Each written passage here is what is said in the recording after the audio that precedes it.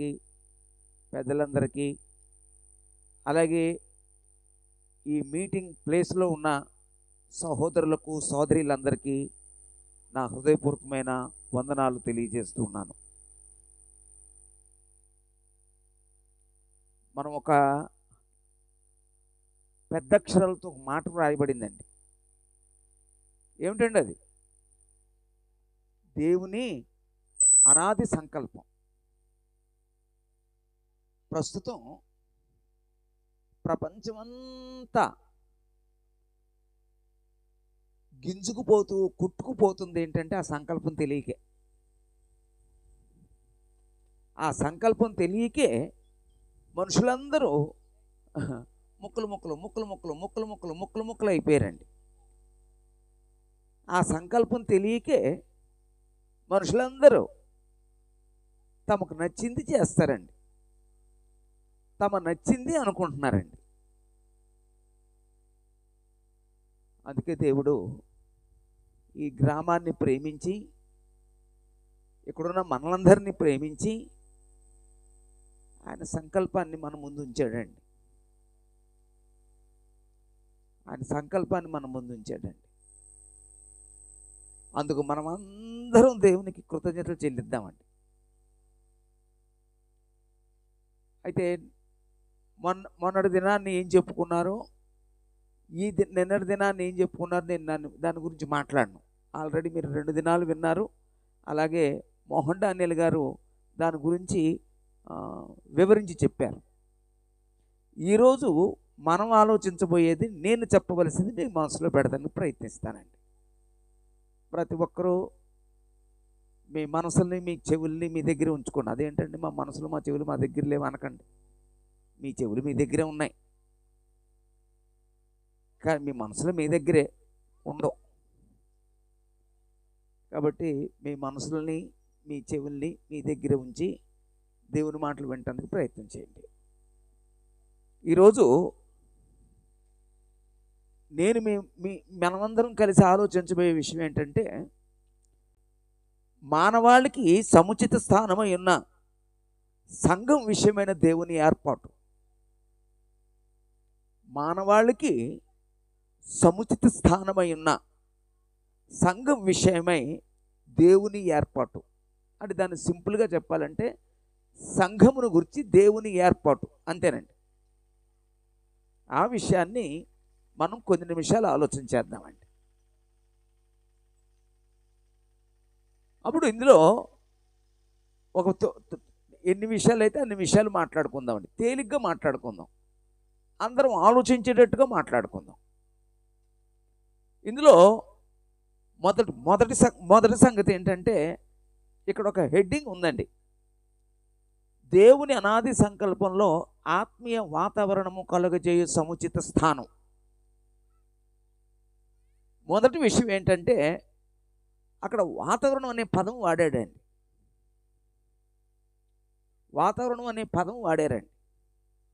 మనం కూడా వాడతాం ఆ పదం, మనందరికీ వాడుకే. అరే వాతావరణం అంత బాగాలేదురా అంటామండి.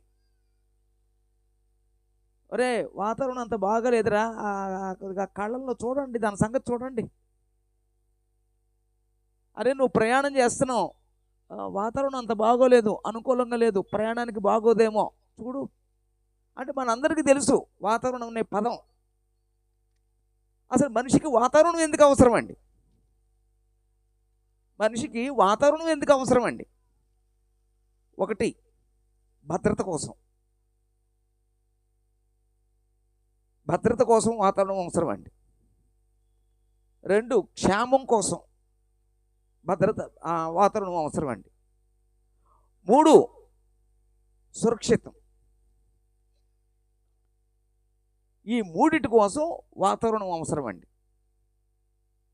ఒక వ్యక్తి భద్రంగా ఉండాలని కోరుకుంటాడు, ఒక వ్యక్తి సురక్షితంగా ఉండాలని కోరుకుంటాడు, ఒక వ్యక్తి క్షేమంగా ఉండాలని కోరుకుంటాడు. అందుకు తగిన వాతావరణాన్ని మనిషి కోరుకుంటాడండి.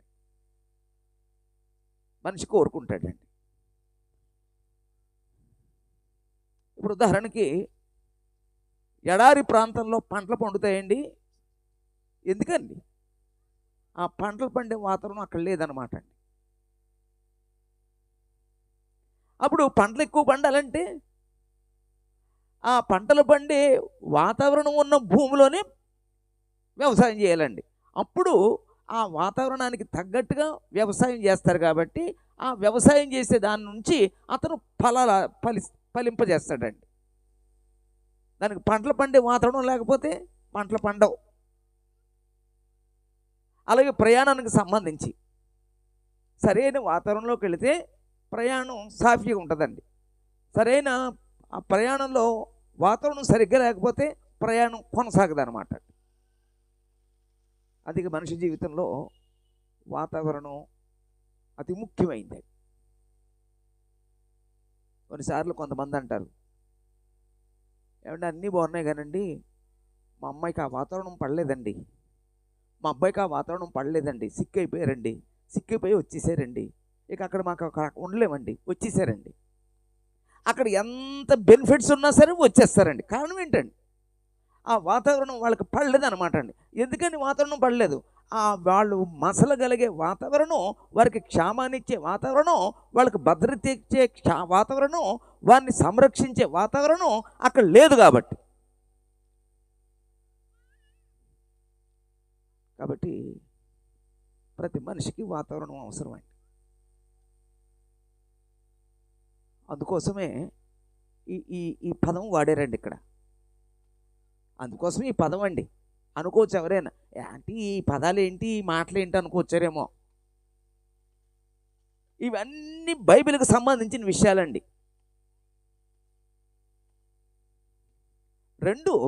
ఇది మొదటి విషయం అయితే, రెండో విషయం ఇక్కడ ఇంకో పదం వాడారండి, సముచిత. ఇదేమో మనకేదో అర్థం కాని భాష అనుకుంటామండి. ఇది మనకు అక్కర్లేని మాట అనుకుంటామండి. అక్కర్లేని మాట కాదు, అయితే మనకు వాడుకలో లేని మాట. అది మన వాడుకలో ఉందండి, అది లేదండి. అసలు సముచితం అంటే ఏంటండి అమ్మా? సముచిత అంటే ఏంటండి? సముచిత అనే మాటకు అర్థం తగినది, సరి అయినది అని అర్థం అండి. దాని అసలు అర్థం అది. సరి అయినది, తగినది. అప్పుడు ఇక్కడ ఆత్మీయ వాతావరణం కలుగజేయు సరి అయిన స్థానము, ఆత్మీయ వాతావరణం కలగజేయు సరి అయిన పదం దగ్గర ఇంకో పదం వాడేమిటండి? తగిన స్థానము అంటే అప్పుడు మనకేదో కొద్దిగా ప్రశాంతంగా అనిపించిందండి. సముచితం అంటే తగినది, సముచితం అంటే సరి అయినది అని. ఒక పక్షికి సరి అయిన వాతావరణం ఉండాలండి, దానికి ఒక సముచిత స్థానం ఉంటుందండి. అలాగే చేపలకి వాటికి ఒక సముచితమైన వాతావరణం ఉంటుందండి. జంతువులకి ఒక సముచితమైన వాతావరణం ఉంటుందండి. అలాగే మనిషికి కూడా ఒక సముచితమైన వాతావరణం ఉంటుందండి. ఆ సముచితమైన వాతావరణంలోనే, ఆ తగిన వాతావరణంలోనే ఆ జీవైనా సరే, ఆ మనిషి అయినా బ్రతకగలడు. అంతే కదండి. ఇప్పుడు చేప నీటిలో ఉండాలి, అది ఒడ్డుకు వచ్చేస్తే మనగలదండి, చచ్చిపోద్దండి. అలాగే పక్షులు ఉండే ఆ సముచిత స్థానం అక్కడి నుంచి బయటకు వచ్చేస్తే చచ్చిపోతాయండి. అలాగే జంతువులు, పశువులు వాటికి సముచిత స్థానం, వాటి నుంచి వాటి బయటకు వచ్చేస్తే వాటికి మనుగడ ఉండవండి. అలాగా సముచిత స్థానం ప్రతి దానికి ఉంటుందండి. సముచితం అంటే తగినది, సరి అయినది. అప్పుడు అది రెండు అయితే, మూడో విషయం, ప్రతి భౌతికమైన వాటికి సముచిత స్థానం ఉన్నట్లే. అంటే ప్రతి భౌతికమైన వాటికి సముచిత స్థానం ఉంది. ఇందాక మనం అనుకున్నాం, ప్రతి జీవరాశికి సముచిత స్థానం ఉంది, అది మనకు తెలుసు. మరి ఆత్మీయ జీవితానికి ఏమైనా సముచిత స్థానం ఉందా, అవసరమా, లేదా వద్దా, అక్కర్లేదా? ఏంటి దాని సంగతి? మన ఆత్మీయ జీవితానికి భద్రత కావాలండి, భద్రత కావాలి. మన ఆత్మీయ జీవితానికి క్షేమం కావాలా, క్షేమం కావాలి. మన ఆత్మీయ జీవితానికి సురక్షితం అవసరమా, అవసరమండి. మరి దీనికి ఆత్మీయ జీవితంలో భద్రత కలిగి క్షేమంగా ఉండి సురక్షితంగా ఉండి, ఇంకో మాట అనుకుంటే దేవుని కుమారులుగా ఫలించడానికి వాళ్ళకు ఒక వాతావరణం ఉండాలి. ఆ వాతావరణం ఎక్కడా? ఆ ఆత్మీయ జీవితానికి వాతావరణం అక్కర్లేదా? ఆ ఆత్మీయ జీవితానికి సరి అయిన తగిన స్థానం అక్కర్లేదా? చాలామంది అసలు ఈ ప్రాబ్లం ఎందుకు వచ్చిందంటే, శరీరానికి భద్రత కలిగే వాతావరణం ఉండాలని అందరికీ తెలుసండి, ప్రపంచానికి తెలుసు. అందుకే పొద్దున్న లేచిన కాడి నుంచే ఇవి తాగితే మీకు హానికరం, ఇవి తాగకపోతే మీకు మంచిది, ఇవి తాగితే మీ ఆరోగ్యానికి మంచిది, మీరు ఇలాంటి ప్లేస్లో ఉండాలి, ఇలాంటి ప్లేస్లో ఇలాంటి ఆహార పదార్థాలు వాడాలి, ఇలాంటి పరిస్థితుల్లో మీరు ఇలాంటి కాస్మెటిక్స్ వాడాలి, ఇలా చెప్తూ ఉంటారు. కారణం ఏంటంటే అది కేవలం భౌతికమైన వాటిని తెలిసే కాబట్టి. కానీ ఏ మనిషి అయినా సరే నువ్వు ఆత్మీయంగా నువ్వు భద్రత కలిగి క్షేమంగా బ్రతకటానికి నీకు సముచిత స్థానం ఇది అని చెప్తున్నారండి ఎవరైనా? చెప్పరండి. కారణం ఏంటండి? కేవలం వారికి శరీరం గురించే తెలుసు, ఈ ఆత్మ గురించి తెలియదండి. ఈ ఆత్మ గురించి తెలియదండి. కనబడి ఈ దేహం గురించే తెలుసు, కానీ ఈ దేహంలో ఉండి నడిపించే ఆత్మను గురించి తెలియదండి. తర్వాత ఈ దేహం కొంతకాలం తర్వాత విడిచిపెట్టబడి ఈ దేహంలో ఉన్న ఆత్మ దేవుని దగ్గరికి వెళుతుందన్న సంగతి చాలామందికి అర్థం కాలేదండి. అందుకే దేవుడు గ్రామాన్ని ప్రేమించి ఇలాంటి సత్యాన్ని వారికి బోధించు. అప్పుడు పాయింట్కి వచ్చేస్తే, మరి ఈ ఆత్మీయ జీవితానికి భద్రత ఎక్కడ? ఈ ఆత్మీయ జీవితానికి సురక్షితం ఎక్కడ? ఒరే, నువ్వు ఎండలో వెళ్తున్నావు, కాస్త నీడపట్టు నుండు. ఒరే, నువ్వు చలిలోకి వెళ్తున్నావు, కాస్త స్వెటర్ వేసుకో. వర్షం పడుతుంది, కాస్త గొడుగు వేసుకెళ్ళు. అంటే ప్రతిదానికి భద్రత చెప్తాం. మరి ఆత్మీయ జీవితానికి భద్రత? ఆత్మీయ జీవితానికి భద్రత ఉందండి. ఆత్మీయ జీవితానికి భద్రత కలిగి ఉండటానికి ఒక సముచితమైన స్థానం ఉందండి. ఆ సముచితమైన స్థానం ఏదండి? సంఘం అండి. అందుకే దేవుడు సంఘాన్ని ఏర్పాటు చేశాడండి. అంటే ఆయన అనాది సంకల్పంలో ఆయన నిర్ణయించింది ఏంటంటే సంఘాన్ని నిర్ణయించాడండి. ఎందుకంటే ఒక ఆత్మ సరి అయిన పద్ధతిలో సరి అయిన రీతిగా ఆత్మీయంగా ఫలించటానికి అది సముచిత స్థానం ఉంది కాబట్టి. అది 4 సంగతి అండి. 5, మనం సముచిత స్థానం అండి. కొన్ని విషయాల్లో సముచిత స్థానాన్ని మనమే కల్పించుకోవచ్చు. అది మన చేతిలోనే ఉంది. ఒకప్పుడు ఒక మనిషి క్షేమంగా ఉండటానికి వాళ్ళు వాడుకునే పరికరాలు ఏంటంటే, ఒక నీడ పట్టుండే ఒక చల్లటి తాటాకులు, ఒక జమ్ము, అలాగనమాట అండి. కొంతమంది ఏమో ఆ పందిర్లు వేస్తారండి. అంటే పాదులు ఆ ఇంటి మీదకి పంపించి చల్లదనాన్ని క్రియేట్ చేస్తారండి. నాకు తెలుసండి అది. మేము మా ఇంటి మీద ఈ పాదులు ఎక్కించి మేము ఎండాకాలం చుట్టూ దుప్పట్లు తడిపేసి ఆ గోడలకు చుట్టూ కట్టేసేవాళ్ళం అండి. కారణం ఏంటంటే ఆ ఇంటిని చల్లబరుచుకోవటానికి, ఆ వేడి తాపాన్ని తట్టుకోవటానికి, ఎలాగైనా సరే ఆ ఇంటిని చల్లబరచాలి, ఇంట్లో ఉన్నవాళ్ళు హాయిగా ఉండాలని అక్కడ ఆ వాతావరణాన్ని మేమే కల్పించుకునేవాళ్ళం. అంటే ప్రతి మనిషి కల్పించుకోగలడండి. ఇప్పుడు ఇంకా వచ్చేసినాయి అండి. ఎయిర్ కూలర్స్ వచ్చేసినాయి, ఫ్యాన్స్ వచ్చేసినాయి, ఏసీలు వచ్చేసినాయి. ఇవన్నీ ఒక మనిషి క్షేమంగా ఉండటానికి సముచిత స్థానాన్ని అతను క్రియేట్ చేసుకోగలడు, అతను సమకూర్చుకోగలడు. మంచిదే, సమకూర్చుకోవాలి. మరి ఆత్మీయ జీవితానికి సముచిత స్థానాన్ని ఎవరు కల్పించాలి?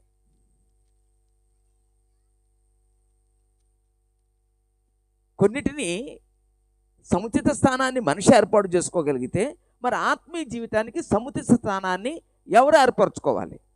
ఎవరు ఏర్పరచాలి? ఎవరైనా ఒకరు మాట్లాడండి అమ్మా. ఎవరు మాట్లాడలేదు. ఆత్మీయ జీవితానికి సముచిత స్థానాన్ని ఎవరు ఏర్పరచాలి? దేవుడే ఏర్పరచాలి. అది నువ్వు ఏర్పాటు చేసుకుంటే వచ్చేది కాదు. నువ్వు ఏర్పాటు చేస్తే వచ్చేది కాదు. అది దేవుడే ఏర్పాటు చేశాడు. అందుకే సంఘం అనాది సంకల్పంలో ఒక భాగం అయిందండి. ఎందుకు దేవుడు సంకల్పించాడు సంఘాన్ని గురించి? ఎప్పుడు చూసినా ఏమంటే సంఘం గురించి చెప్తారు, మీరు సంఘం గురించి చెప్తారు, మీరు సంఘం గురించి చెప్తారు. సంఘం గురించి మనం చెప్తున్నామో దేవుడు చెప్పాడండి. దేవుడే చెప్పాడండి. ఎక్కడ చెప్పాడండి? అనాది సంకల్పం అండి అది.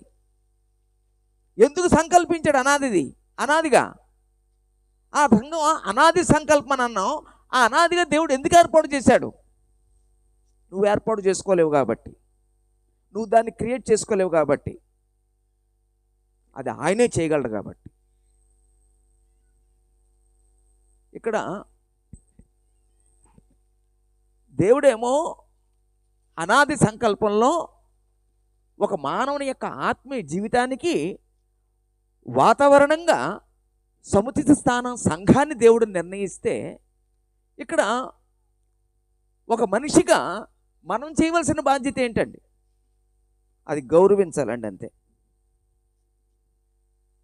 నాయనా, నువ్వు దాన్ని సంకల్పించావు, అది నా క్షేమం కోసం ఏర్పాటు చేశావు, నేను దాన్ని అంగీకరిస్తున్నాను, అంతేనండి.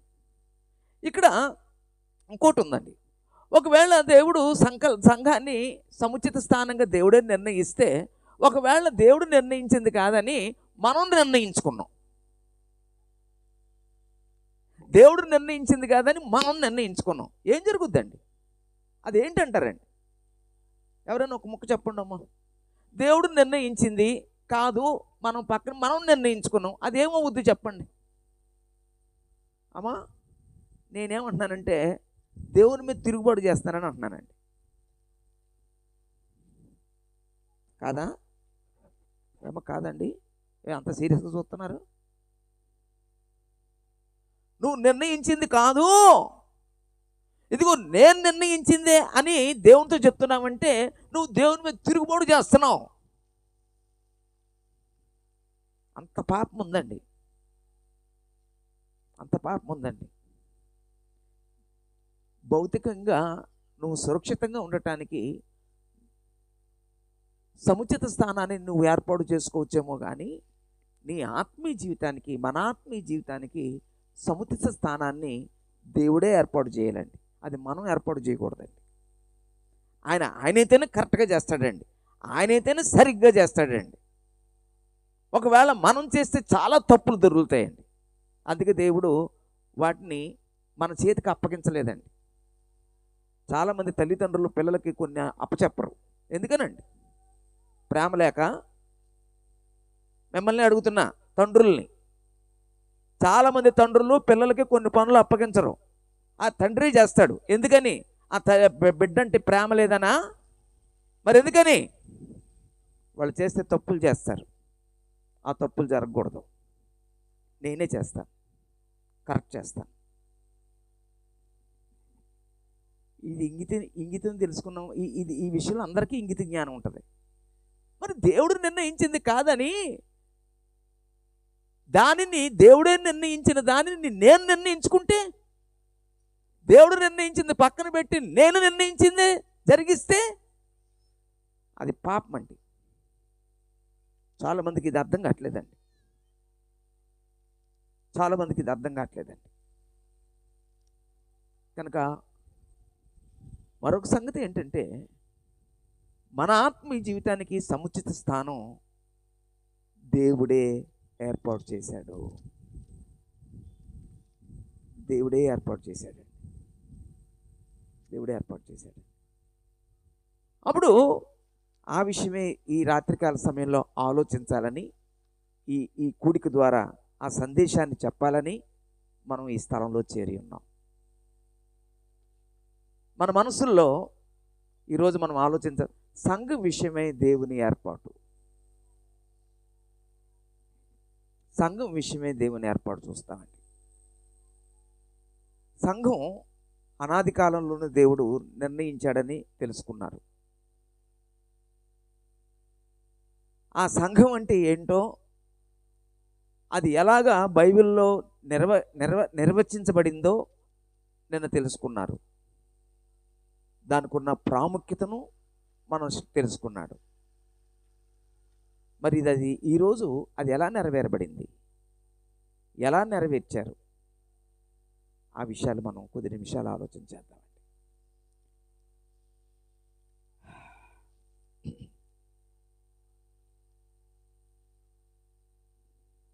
ఎక్కడైనా సరే, ఏ సందర్భంలోనైనా సరే, దేవుడు ఏర్పాటు చేసిందే సముచితమైన స్థానం. ఎక్కడైనా సరే బైబిల్లో మీరు ఎక్కడైనా చదవండి, ఎక్కడైనా చూడండి, దేవుడు ఏర్పాటు చేసిందే సముచిత స్థానం అండి. అంటే సముచితం అనే మాటకి సరి అయింది, తగింది. ఒకవేళ దేవుడు ఏర్పాటు చేసింది కాకుండా అక్కడ ఇంకేదైనా జరిగితే అది సరి అయింది కాదనమాట అండి, తగింది కాదనమాట అండి. ఉదాహరణకి మనందరికీ తెలుసు, నోవాహుని దేవుడు ఓడను కట్టమన్నాడు కదమ్మా, కట్టమన్నాడండి. ఎలా కట్టబడిద్దండి అమ్మా అంటే చితిసారూపం రాను ఇవేమీ చెప్పొద్దు, ఎలా కట్టబడిందో చెప్పండి, అంతేనండి. దేవుడు ఏర్పరచమన్న విధముగా ఓడను కట్టాడండి. దేవుడు ఏర్పాటు చేసినట్టుగా ఎందుకు ఓడ కట్టాలి? తనకు నచ్చినట్టుగా కట్టేయచ్చు కదండి అమ్మా. తనకు నచ్చినట్టుగా కట్టేయచ్చు కదా, తనకు నచ్చినట్టుగా కొలతలు మార్చేయచ్చు కదా. నాయన ఇంత బారు ఎందుకు, ఎంత వెడల్పు ఎందుకు, ఎంత ఎత్తు ఎందుకు, ఇన్ని కిటికీలు ఎందుకు, ఈ కర్రే కావాలా, ఈ కర్ర అక్కర్లేదా, మార్చేయచ్చు కదండి. దేవుడు ఏర్పాటు చేసిన పద్ధతిలోనే ఎందుకు కట్టగలిగాడు? దేవుడు ఏర్పాటు చేసిన పద్ధతిలో అది కట్టబడితేనే, దేవుడు ఏర్పాటు చేసింది జరిగిస్తేనే ఆ నోవాహు కుటుంబం రక్షించబడుతుంది. అంతేకాదండి, అలాంటి పరిస్థితుల్లో దేవుడు ఏ ఏ జంతువుల్ని తీసుకువెళ్ళమన్నాడో ఆ జంతువుల యొక్క మనుగడకు సరిపోద్దండి. ఒకవేళ దేవుడు ఏర్పాటు చేసిన విధమును చొప్పున వాడను కట్టకపోతే వాడ ఏమైపోయేదండి అమ్మా? మునిగిపోయేదండి. నోవాహ పొరపాటు చేశాడా? నోవాహ తప్పు చేశాడా? ఎక్కడా చేయలేదండి. పోనీ ఆలోచన వచ్చి ఉంటుందా? దేవుడు చేయమన్నాడా? ఆ దేవుడు ఇంత కట్టమన్నాడు, ఆ దేవుడికి ఇన్ని అంతస్తులు చేయమంటున్నాడు, ఏంటి ఇంత ఎందుకు అని మనసులో అనుకున్నాడండి? మనం అనుకుంటామండి. ఎక్కడైనా సరే మన ఇష్టానుసారంగా డిజైన్ చేయబడిందే చూసుకుంటాం తప్ప అక్కడ దేవుడు చెప్పాడా, దేవుడు చెప్పలేదా, దేవుడు కోరుకుంటున్నాడా, దేవుడు కోరుకోవట్లేదా, దేవుడు ఏర్పాటు చేసిన పద్ధతి చొప్పున జరుగుతుందా, అక్కడే మన సొంత ఇష్టాలు జరుగుతున్నాయా, మన సొంత పెత్తనాలు జరుగుతున్నాయా, మన ఇష్టం అక్కడ జరుగుతుందా, దేవుని ఇష్టం జరుగుతుందా, ఇవేమి పట్టించుకోమండి మనం.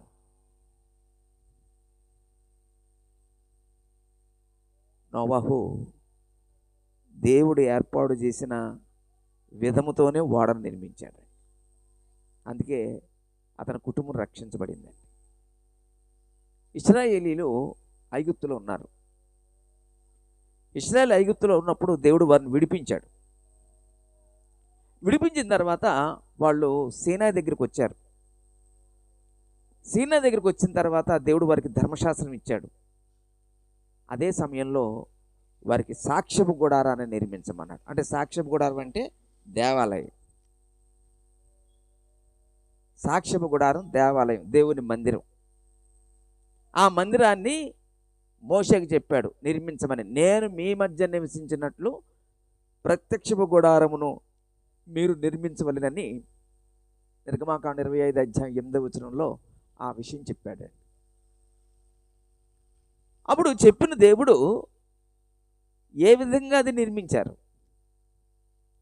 సాక్ష్యపు గుడారాన్ని ఏ విధంగా నిర్మించారు? 9వ వచనం చదవండి. నిర్గమాకాండం 25:9. నేను నీకు కనపరుచు విధముగా మందిరము యొక్క రూపమును దాని ఉపకరణములన్నిటినీ, అంటే దేవుడు కనపరిచిన విధముగా, దేవుడు ఏర్పాటు చేసిన విధముగా, దేవుడు చెప్పిన విధముగా దేవుని మందిరాన్ని కట్టాలండి. మోషేకి నచ్చినట్టుగా ఎందుకు కట్టకూడదు? ఇశ్రాయేలుకి నచ్చినట్టుగా ఎందుకు కట్టకూడదు? మనకు నచ్చినట్టుగా ఎందుకు కట్టకూడదు? అమ్మా, ఆలోచిస్తున్నారా? అక్కడ దేవుడు సాక్ష్యపు గుడారాన్ని నిర్మించమన్నాడు. సాక్ష్యపు గుడారంలో 3 భాగాలు ఉంటాయి. ఆవరణం ఉంటుంది, పరిశుద్ధ స్థలం ఉంటుంది, అతి పరిశుద్ధ స్థలం ఉంటుంది. అతి పరిశుద్ధ స్థలంలో 1 లోహంతో చేయాలి, పరిశుద్ధ స్థలంలో కొన్ని లోహాలు ఉండాలి, ఆవరణంలో కొన్ని లోహాలతో చేయాలి. అందులో క్లాతులు ఉంటాయి, అందులో ఇనుము వాడారు, ఇత్తడి వాడారు, బంగారం వాడారు, వెండి వాడారు, సన్నపనార వస్త్రాలు వాడారు, వెలగల రాళ్ళు వాడారు, అన్నీ వాడారండి. ఏదైనా సరే దేవుడు కనపరిచిన విధముగా మందిర నిర్మాణం జరగాలి. ఎక్కడ కూడా పొరపాటు జరగకూడదండి, ఎక్కడ సొంత పెత్తనం జరగకూడదండి, ఎక్కడ మానవ మానవ మానవ ఆలోచనతో కట్టబడేది రాకూడదండి, ఎక్కడ రాకూడదండి. ఇది ఇలా చేస్తే బాగుండు, ఇది ఇలా కడితే బాగుండు, దీనికి ఇలా పెడితే బాగుండు, ఎక్కడ రాలేదండి. ఏ లోహంతో ఏ వస్తువు చేయమన్నాడో అలాగే చేశాడండి. ఏ భాగాలు ఎక్కడ పెట్టమన్నారో అక్కడే పెట్టారండి. దానికి తక్కువ చేయలేదు, ఎక్కువ చేయలేదండి. అందుకే దేవుడు ఆ సాక్ష్యపు గుడారాన్ని ప్రతిష్ఠించాడండి. ఆయన మహిమ ఆ ప్రత్యక్షపు గుడారం మీద ఉందండి. ఒకవేళ గనక సొంత పెత్తనాలు చేసి దేవుడు ఏర్పాటు చేసిన పద్ధతిలో కాకుండా, దేవుడు కట్టమన్న రీతిలో కాకుండా తమ సొంతంగా ఒకవేళ కడితే ఆ ప్రతిష్ఠించే సమయంలో దేవుడు ఉంటాడా? అసలు దేవుడు ప్రతిష్ఠిస్తాడా? ఆయన మహిమ ఆయన మందిరంలో ఉంటుందా? ఉండేది కాదండి. మరి ఈరోజు ఆనాడు సాక్ష్యపు గుడారాన్ని కానీ యెరూషలేము దేవాలయం కానీ దేవుడు ఏర్పాటు చేయమన్న పద్ధతిలో కాకుండా తమ సొంత పద్ధతిలో చేస్తే దేవుడు అంగీకరించడు కదా. మరి ఈరోజు ఆయన మందిరం ఏది? సంఘం. మరి ఈ సంఘం ఆయన ఏర్పాటు చేసిన విధంగా నిర్మిస్తే బాగుంటుందా? నాకు నచ్చినట్లుగా, నాకు తోచినట్లుగా, నేను అనుకున్నట్లుగా, ఎవరో పెట్టమన్నట్టుగా, ఎవరో చెప్పిన విధంగా కడితే బాగుంటుందా? ఆలోచించండి. ఈరోజు చాలామంది ఇది అర్థం చేసుకోవట్లేదండి. కనుక మనం బైబిల్లో చరిత్ర కనుక వెళ్ళగలిగితే ఎక్కడైనా దేవుని ఏర్పాటు, దేవుని పద్ధతి జరిగితేనే అక్కడ సముచిత స్థానం ఏర్పడింది. అది సరి అయిందిగా ఉంటుంది, అది తగిందిగా ఉంటుందండి. ఒకవేళ ఎక్కడైనా దేవుని ఏర్పాటును బట్టి జరగలేదా, అక్కడ శిక్షణ చూస్తాం, అక్కడ ఫెయిల్ అయిపోవడం చూస్తాం, అక్కడ దేవుడు విడిచిపెట్టిన సందర్భం చూస్తామండి. ఉదాహరణకి నయమాను ఎలీషా దగ్గరికి వచ్చాడు. ఏం పోగొట్టుకోవటానికి? కుష్ఠరోగాన్ని పోగొట్టుకోవటానికి. కుష్ఠరోగాన్ని పోగొట్టుకోవడానికి దేవుడు ఏర్పాటు చేసిన ఏర్పాటు ఏంటి? యోర్దాన్ నదికి వెళ్ళి 7 సార్లు మునిగి నువ్వు శుద్ధుడు కమ్మన్నారండి. అంటే ఇప్పుడు అతను శుద్ధుడు అవ్వటానికి దేవుడు చేసిన ఏర్పాటు ఏంటి? యోర్దాన్ నదికి వెళ్ళి 7 సార్లు మునగటం. అది ఆయనకి నచ్చలేదండి. శుద్ధుడవ్వాలనుకున్న వ్యక్తి దేవుని నచ్చినట్టుగా చేస్తే శుద్ధుడవుతాడా? తనకు నచ్చినట్టుగా చేస్తే శుద్ధుడవుతాడా? అమ్మా, దేవుని దగ్గరికి వచ్చిన మనం దేవునికి నచ్చినట్లుగా బ్రతికితే మనం పరిశుద్ధులు అవుతామా? నీకు నచ్చినట్లుగా నువ్వు ఉండి నువ్వు కలిగి జీవిస్తే నువ్వు పరిశుద్ధులు అవుతావా? ఈరోజు చాలామందికి ఒక స్టైల్ ఏంటి అయిపోయింది తెలుసండి? నేను చర్చికి వస్తాను కానీ నాకు నచ్చినట్టుగా ఉండాలి. నేను దేవుని సన్నిధికి వస్తాను, నాకు నచ్చినట్టుగా ఉండాలి. నాకు నచ్చినట్టుగా ఉంటేనే నేను అక్కడికి వస్తాను, లేకపోతే నాకు నచ్చినది లేదు కాబట్టి నేను అక్కడికి రాను. నువ్వెవడవి చెప్పడానికి? నీకు నచ్చినట్టుగా నువ్వు ఉండడానికి దేవుడు ఏర్పాటు చేశాడా సన్నిధి? కనుక ఇక్కడ నయమాను శుద్ధుడవటానికి దేవుడు ఏర్పాటు చేసిన పద్ధతి ఏంటంటే నువ్వు 7 సార్లు మునగాలి. ఆయనకు నచ్చలేదు. మా దేశంలో లేదా? అబానా నదులు, పర్పారు నదులు లేవా? దానికంటే ఈ గొప్ప నదా? అక్కడ నేను శుద్ధుడు అవ్వలేనా? ఒకవేళ దేవుడి ఏర్పాటును బట్టి కాకుండా ఒకవేళ అతని దేశంలో ఉన్న నది దగ్గరికి వెళితే అతను స్వస్థత పొందేవాడా, మేలు పొందేవాడా? అప్పుడు ఒక పనివాడు చెప్పాడండి. ఆ పనివాడు చెప్పిన తర్వాత ఆయన గ్రహించాడండి. అప్పుడు 7 మార్లు వెళ్ళి స్నానం చేస్తే అప్పుడు శుద్ధుడయ్యాడండి. కనుక ఎప్పుడైనా సరే, ఎక్కడైనా సరే దేవుడు ఏర్పాటు చేసిన దానిలోనే అది సరి అయిన పద్ధతి, అది సరి అయిన విధము, అది సురక్షితం, అది సముచితం. మరి సంఘం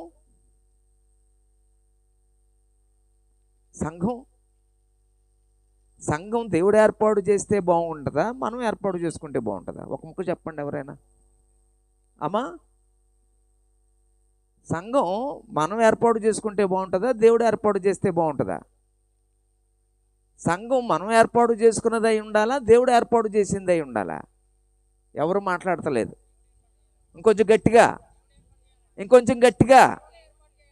అంతేనండి. సంఘం మనుషులు ఏర్పాటు చేసిందై ఉండకూడదండి. సంఘం దేవుడు ఏర్పాటు చేసిందై ఉండాలి. అప్పుడు దేవుడు కూడా అది మనుషులకు ఇవ్వలేదు, అది ఆయన పని. అందుకే దేవుడు ఏం చేశాడంటే అనాది సంకల్పంలోనే సంఘాన్ని దేవుడు నిర్ణయించాడండి. అనాదిలోనే సంఘాన్ని నిర్ణయించాడండి.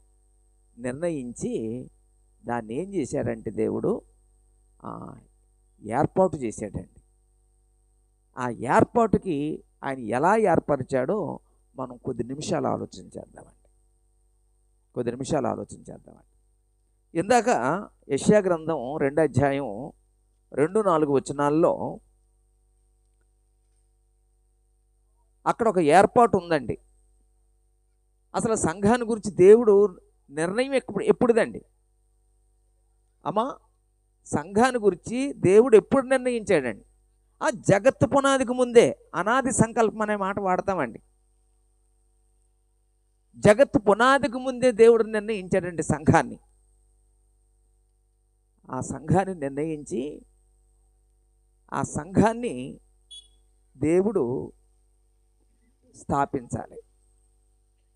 అప్పుడు సంఘాన్ని స్థాపించడానికి దేవుడు ఏం చేశాడంటే సంఘాన్ని గురించి ముందుగా ప్రవచింపజేశాడండి. సంఘాన్ని గురించి ముందుగా చెప్పాడండి దేవుడు. అదేదో మర్మంగా ఉంచలేదండి. చాలామంది అంటారు బైబిల్ అంతా మర్మం అని. దేవుడు ఏదో మర్మంగా ఉంచలేదు. ఒకే ఒకటి మర్మం అండి. యేసుప్రభు 2వ రాకడ ఒకటే మర్మం. యేసుప్రభు 2వ రాకడ ఒకటే మర్మం అండి. అదొక్కటే మర్మంగా ఉందండి. అన్నిటినీ దేవుడు బయలుపరిచాడండి. అప్పుడు సంఘాన్ని గురించి దేవుడు నిర్ణయించి ఆ సంఘాన్ని గురించి దేవుడు ముందుగా ప్రవక్తల చేత ప్రవచింపజేశాడండి. ఎలాగో ఓసారి యెషయా గ్రంథము 2వ అధ్యాయము 2వ వచనంలో ఇక్కడ ఒక 7 సంగతులు లేకపోతే ఒక 7 సంగతులు ఉన్నాయి. 7 సంగతులు మనం చూద్దాం, టైంని బట్టి చూద్దామండి.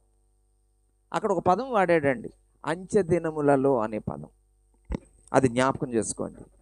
యాక్చువల్గా అంచె దినాలంటే బైబిల్లో ఎక్కడ అంచె దినాలు ఉన్నా మనం ఒకదానికి ముడిపెట్టేస్తాం.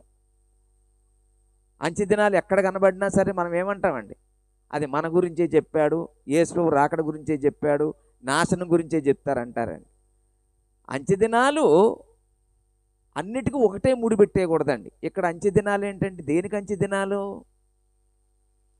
ధర్మశాస్త్రము ముగింపు కాలానికి సంబంధించి అంచె దినాలు. దేనికి అంచె దినాలు? పరిశుద్ధాత్మ దిగటానికి సంబంధించి అంచె దినం. దేనికి అంచెదినం? యేసు ప్రభు భూమి మీదకి వచ్చిన తర్వాత, ఆయన ఆరోహణమైన తర్వాత జరిగే కార్యక్రమానికి సంబంధించి అంచెదినం. అంచెదినాలంటే అవండి. ఇంకో మాట అన్నాడండి. ఇంకో మాట ఏంటి? యెహోవా మందిరం అన్నాడండి. యెహోవా మందిరం గుర్తుపెట్టుకోండి. యెహోవా మందిరం అంటే అక్కడ మనకి పాత నిబంధన కాలంలో యెహోవా మందిరం ఏది? సాక్ష్యపు గుడారం. పాత నిబంధన కాలంలో మందిరం ఏది? యెరూషలేము. మరి ఇక్కడ యెషయా గ్రంథంలో అంచె దినాలలో యెహోవా మందిరం ఏర్పడుతుంది అన్నాడండి. అదేంటి? ఆల్రెడీ మందిరం ఉంది కదా, ఆల్రెడీ యెరూషలేములో దేవాలయం ఉంది కదా. ఆ దేవాలయం ఉంటుండగా కూడా దేవాలయం ఏర్పడుతుంది, మందిరం ఏర్పడుతుంది అంటున్నాడు ఏంటి? అంటే దీనికి సంబంధించిన చరిత్ర మనకు తెలియాలండి. దేవుడు సాక్ష్యపు గుడారం అనే మందిరాన్ని ఏర్పాటు చేసిన తర్వాత అది దావీదు వరకు కొనసాగింది. అప్పుడు దావీదు దేవుని మందిరం కట్టాలని ఆలోచించాడండి. దాని కొరకు అన్నిటినీ సమకూర్చాడండి.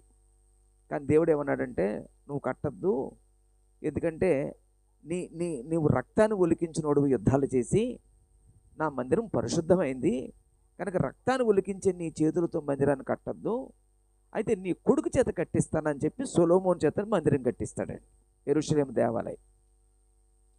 అంటే దేవుని యొక్క మందిరం పాపులు కట్టకూడదండి. దేవుని సేవ రౌడీలు చేయకూడదండి. దేవుని సేవ రాజకీయవేత్తలు చేయకూడదండి. అంతేనండి. అప్పుడు దావీదుకి ఇవ్వలేదండి ఆ ఛాన్స్, సొలొమోనుకి ఇచ్చాడండి. అది ఎప్పటి వరకు ఉన్నదంటే యేసు ప్రభు శరీరధారిగా వచ్చి ఆయన చనిపోయిన తర్వాత 70వ సంవత్సరం వరకు, క్రీశాకం 70వ సంవత్సరం వరకు కొనసాగింది. ఆ 70వ సంవత్సరంలో యెరూషలేము దేవాలయం పడగొట్టబడింది. మరి యెరూషలేము దేవాలయం పడగొట్టబడితే మరి మందిరం లేదా? ఉంది. అది చెప్పాడండి. యెహోవా మందిరం. యెహోవా మందిరం అంటే మొదటి తిమోతి పత్రిక 3:15 దేవుని మందిరంలో అనగా జీవము గల దేవుని సంఘములో జనులు ఎలాగో ప్రవర్తించాలో వారికి నేర్పంటాడండి తిమోతితో పౌలు. అంటే మందిరం అంటే ఏంటండి? సంఘము. అంటే ఇక్కడ అంచె దినాల్లో సంఘము స్థాపించబడుతుంది అని దేవుడు యెషయా ద్వారా పలుకుతున్నాడండి. అది ఎక్కడా? అక్కడే చెప్పాడు. చదవండమ్మా, 2వ వచనం.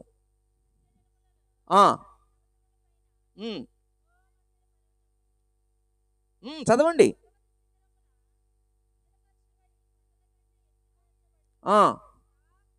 ప్రవాహం వచ్చినట్లు. అంటే ఇప్పుడు అసలు సాక్ష్యపు గుడారంలో కానీ యెరూషలేము దేవాలయంలో కానీ అన్యులకు ప్రవేశం ఉందా? లేదు. అక్కడ ఇశ్రాయేలుకు మాత్రమే, యూదులకు మాత్రమే. కానీ దేవుడు ఏ సంఘాన్ని గురించి అయితే ఆయన ప్రవచింపజేశాడో ఆ సంఘంలో అన్యజనులు ప్రవేశిస్తారన్నాడు. అంటే యెరూషలేము దేవాలయం గురించి కాదు, భవిష్యత్తులో స్థాపించబడబోయే సంఘాన్ని గురించి చెప్పాడు అనమాట అండి. అది అన్యజనులు ప్రవేశిస్తారు. యెరూషలేము దేవాలయం అయితే యూదులు మాత్రమే, కానీ ఇక్కడ సంఘంలో అన్యజనులు ప్రవేశిస్తారు. ప్రవాహం వచ్చినట్లు వస్తారు. ఆ కాలంలో సియోనులో నుండి ధర్మశాస్త్రమును, యెరూషలేము నుండి యెహోవా వాక్కు బయలు వెళ్ళును. ధర్మశాస్త్రం బయలు వెళుతుంది అన్నాడండి. అసలు ధర్మశాస్త్రం ఎప్పుడు ఇచ్చాడు దేవుడు? సీనాయి దగ్గర ఇచ్చాడండి. మళ్ళా ధర్మశాస్త్రం ఇస్తానంటున్నాడు ఏంటండి? అదేమో సీనాయి దగ్గర, ఇదేమో సియోను దగ్గర. సియోను అంటే యెరూషలేము. అంటే సంఘం ఎప్పుడు ఎక్కడ స్థాపించబడుతుందట అండి? యెరూషలేములో స్థాపించబడుతుంది. అక్కడి నుంచి ధర్మశాస్త్రం బయలుపరచబడుతుంది. ధర్మశాస్త్రం అంటే క్రొత్త నిబంధన. కాబట్టి ఎప్పుడు? అంచె దినాలలో. ఏది స్థాపించబడుతుంది? యెహోవా మందిరం అంటే సంఘం. ఎవరు వస్తారు? సమస్త అన్యజనులు వస్తారు. ఎలా వస్తారు? ప్రవాహం వచ్చినట్లుగా వస్తారు. అక్కడి నుంచి ఏది బయలుదేరుతుంది? ధర్మశాస్త్రం బయలుదేరుతుంది. ఎక్కడి నుండి?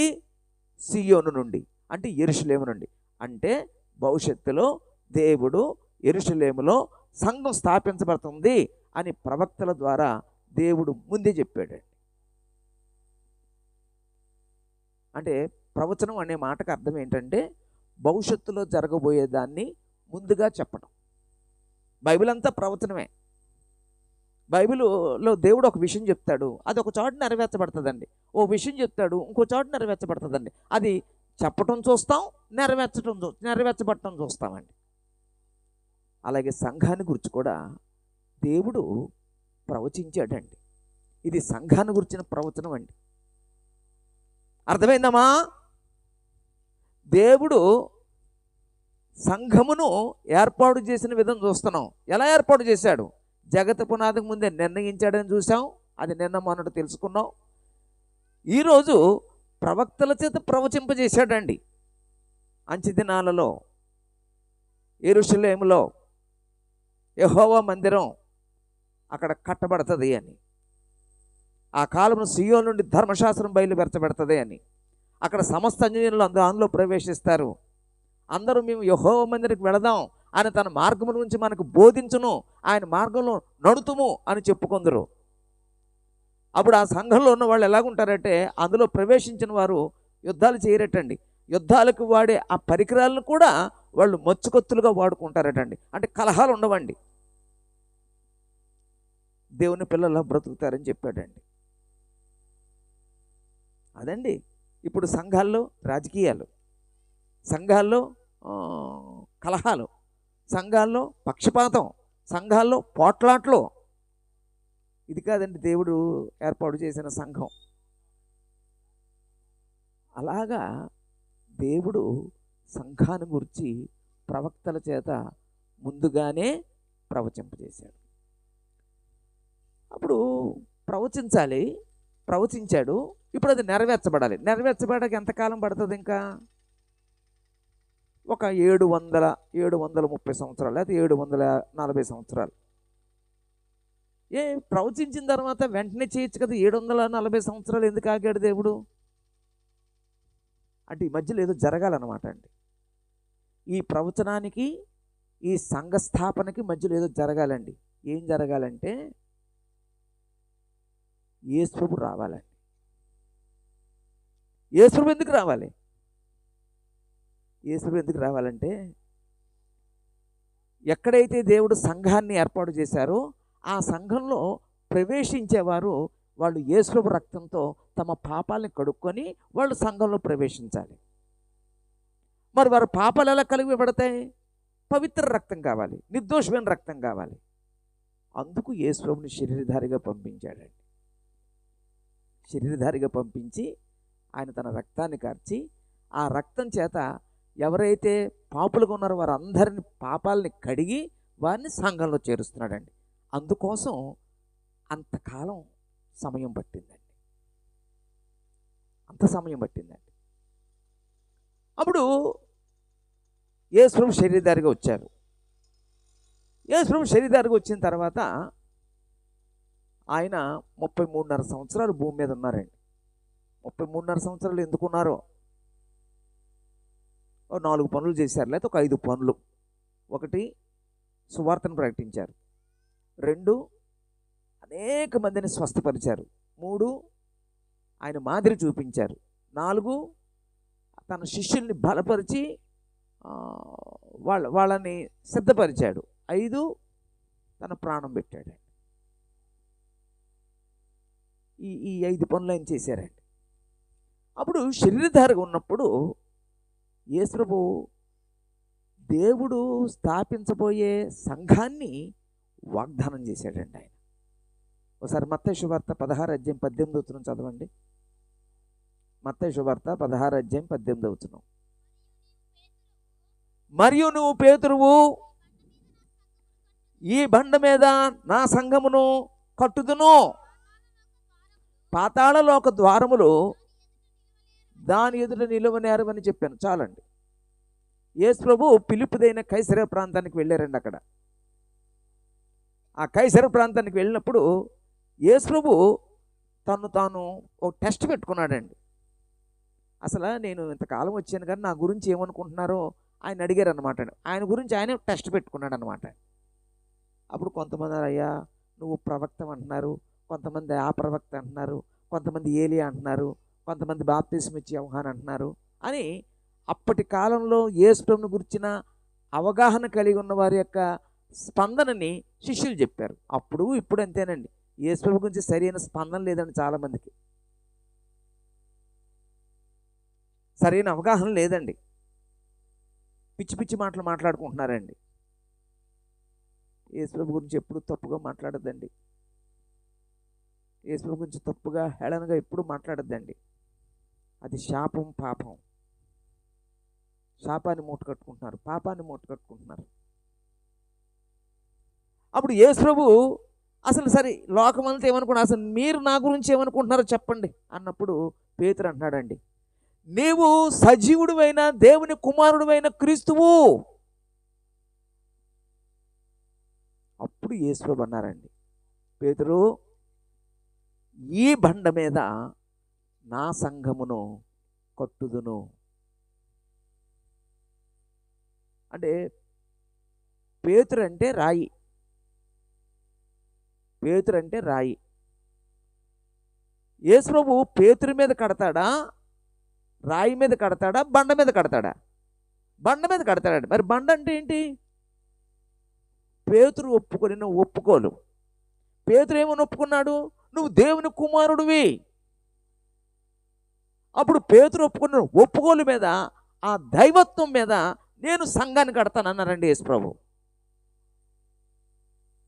చాలామంది అంటారు అసలు పేతురు సంఘం కట్టారండి. పేతురు సంఘం కట్టలేదండి. పేతురు ఒప్పుకున్న ఒప్పుకోలు మీద యేసు ప్రభు కట్టాడండి సంఘం. కనుక పేతురు అనే మాటకు అర్థం వేరు. బండ అంటే పేతురు అంటే రాయి, బండ అంటే పేతురు ఒప్పుకున్న ఒప్పుకోలు. బండ వేరు, రాయి వేరండి. ఆయన బండ మీద కడతన్నాడు కానీ రాయి మీద కడతానని లేదండి. అప్పుడు ఒక 3 పదాలు ఉన్నాయండి అక్కడ. యేసు ప్రభు సంఘమును కట్టుదును అన్నాడండి. అప్పుడు సంఘాన్ని కట్టుంటే ఏ సంఘాన్ని కట్టుంటాడండి? ఆయన సంఘాన్ని లేదా వేరే సంఘాన్ని కట్టుంటాడండి? ఆయన సంఘాన్ని కట్టుంటాడండి. ఎవరైనా ఇల్లు కట్టుకుంటున్నారు, ఇల్లు కట్టుకున్నప్పుడు అయ్యా నేను ఇల్లు కట్టుకుంటున్నాను. ఎవరు ఇల్లు? నీ ఇల్లు కట్టుకుంటున్నావా? నా పేరు శ్రీనుబాబు, నేనే ఇల్లు కట్టుకుంటున్నాను. శ్రీనుబాబు గారు ఇల్లు కట్టుకుంటున్నారు. ఆ ఇల్లు ఎవరిదండి? శ్రీనుబాబుది. అలాగే యేసు ప్రభు కూడా నా సంఘమును కట్టుదును అన్నాడండి. ఆయన సంఘాన్ని కడతానని యేసు ప్రభు వాగ్దానం చేశాడండి. ఆయన సంఘాన్ని కడతానని యేసు ప్రభు వాగ్దానం చేశాడండి. అక్కడ ఇంకో మాట వాడాడండి. సంఘమును అన్నాడా, సంఘములు అన్నాడా? ను, లు కాదు. లు అంటే చాలా సంఘాలు. చాలామంది అన్ని సంఘాలు క్రీస్తువే. అక్కడ లు అనలేదండి, ను ఒక్కటే. అది గమనించవలసిందిగా కోరుతున్నాను. అప్పుడు దేవుడు నిర్ణయించాడు, ప్రవక్తలు ప్రవచించారు, యేసు ప్రభు వాగ్దానం చేశారు. అది అక్షరాల నెరవేరిందండి. ఎక్కడ నెరవేరింది? బైబిల్లో అపోస్తలుల కార్యాలు 2వ అధ్యాయం. అప్పుడు యేసు ప్రభు వాగ్దానం చేసిన దానికి ఆ సంఘ స్థాపనకి మధ్య ఇంకేమో జరగాలండి. ఏం జరగాలంటే, ఒకటి యేసు ప్రభు మరణించాలి, యేసు ప్రభు సమాధి చేయబడాలి, యేసు ప్రభు తిరిగి లేవాలి, యేసు ప్రభు ఆయన ఆరోహణం అవ్వాలి, యేసు ప్రభు పరిశుద్ధాత్మ గురించిన వాగ్దానం వాళ్ళకి చెప్పాలి. వీళ్ళందరూ యెరూషలేములో మేడగదిలో ఉండాలి, అక్కడ పరిశుద్ధాత్మ కుమ్మరించబడాలి. ఇన్ని జరగాలన్నమాట. ఇన్ని జరిగిన తర్వాత సంఘ స్థాపన అండి. ఆ సంఘ స్థాపన అపోస్తలుల కార్యం 2వ అధ్యాయంలో ఉందండి. నెరవేరిందండి. ఇప్పుడు దేవుడు నిర్ణయించింది నెరవేరిందా లేదండి? నెరవేరిందండి. ప్రవక్తలు ప్రవచించింది నెరవేరిందా లేదండి? నెరవేరిందండి. యేసు ప్రభు వాగ్దానం చేసింది నెరవేరిందా నెరవేరలేదండి? నెరవేరిందండి. అపోస్తలుల కార్యం 2వ అధ్యాయం అంతట్లో అదేనండి. అపోస్తలుల 2వ అధ్యాయం అంతట్లో అది ఒక పండుగ. ఏ పండుగ అంటే పెంతెకోస్తు పండుగ. పెంతెకోస్తు పండుగ, పెంతెకోస్తు అనేది ఒక పండుగ అండి. ఇశ్రాయేలీలకు ఒక 3 పండుగలు ఉంటాయి. 3 పండుగల్లో ప్రధానమైన పండుగల్లో ఒక పండుగ పెంతెకోస్తు పండుగ. ఆ పెంతెకోస్తు పండుగ దినాన్న అందరూ యెరూషలేము వచ్చారండి, భక్తిగల యూదులందరూ. అప్పుడు భక్తిగల యూదులందరూ అక్కడికి వస్తే అపోస్తలులు మేడగది మీద ఉన్నారండి. అప్పుడు పరిశుద్ధాత్ముడు అగ్ని జ్వాలల వంటి నాలుకలుగా విభాగింపబడి ఆ 12 మంది మీద వ్రాలాడండి. అప్పుడు పరిశుద్ధాత్ముడు వారికి వాక్శక్తి అనుగ్రహించిన కొలది వారు దాదాపు 17 దేశస్తుల వాళ్ళు ఆ ప్రాంతానికి వస్తే వాళ్ళ భాషలు వీళ్ళు మాట్లాడుతున్నారండి. అప్పుడు ఏంటో శబ్దం వచ్చింది, ఏంటో అక్కడికి వెళ్దామని ఈ 17 భాషలు కలిగిన వాళ్ళందరూ వచ్చిన వాళ్ళందరూ అక్కడికి వచ్చారండి. వీళ్ళు వాళ్ళ భాషలతో మాట్లాడుతుంటే వీళ్ళకి ఆశ్చర్యం వేసిందండి. ఇదేంటి, మనలో ఆ దేశంలో పుట్టిన వారి మన భాష అంతా వీరు మాట్లాడుతున్నారు. అసలు వీళ్ళు గలిలీలు కదా? గలిలీలు అంటే వాళ్ళు ఏ భాష మాట్లాడతారండి అమ్మా? అరామిక్ వాడతారండి. హెబ్రీ భాష ఎలా మాట్లాడుతున్నారు? ఇటలీ భాష ఎలా మాట్లాడుతున్నారు? లాటిన్ భాష ఎలా మాట్లాడుతున్నారు? గ్రీక్ భాష ఎలా మాట్లాడుతున్నారు? ఆశ్చర్యం వేసిందండి.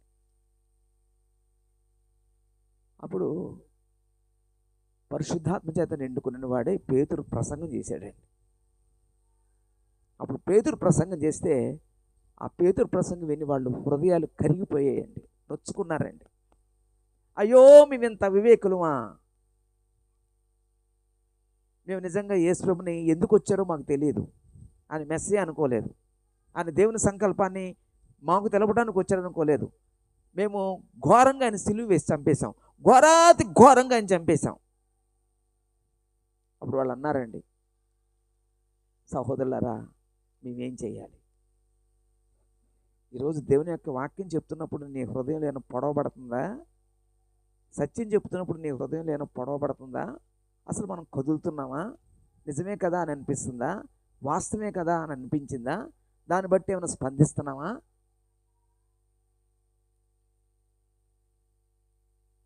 స్పందించకుండా ఉండకూడదండి. అర్థమయ్యి కూడా అర్థం ఉన్నట్టు నటించకూడదండి. అప్పుడు పేతురు అంటాడు, ప్రతివాడును పాపక్షమాపణ నిమిత్తము యేసుక్రీస్తు నామమున బాప్తిసం పొందండి, అప్పుడు మీరు పరిశుద్ధాత్మ వరాన్ని పొందుతారంటే అప్పుడు ఇంచుమించు 3000 మంది బాప్తిసం పొంది అక్కడ చేర్చబడిరి అనే పదం వాడారు. అంటే ఇంచుమించు 3000 మంది అంటే ఎక్కువ మంది సంఘం ఏర్పడిందండి. అక్కడ సంఘ స్థాపన జరిగిందండి. అదండి స్టోరీ, ఆ 2వ అధ్యాయంలో స్టోరీ. అప్పుడు 2వ అధ్యాయంలో స్టోరీని ఒక 4 ప్రశ్నలు వేసుకుందాం. దేవుడు నిర్ణయించిన సంఘం, అనాదిగా దేవుడు నిర్ణయించాడు. 2, ప్రవక్తలు ప్రవచించారు. 3, యేసు ప్రభు వాగ్దానం చేశారు. ఈ దేవుడు నిర్ణయించింది, ప్రవక్తలు ప్రవచించింది, యేసు ప్రభు వాగ్దానం చేసింది, అది నెరవేర్చబడింది, స్థాపించబడింది. ఎక్కడ? యెరూషలేములో. ఏ రోజున? పెంతెకోస్తు పండుగ దినాన్న.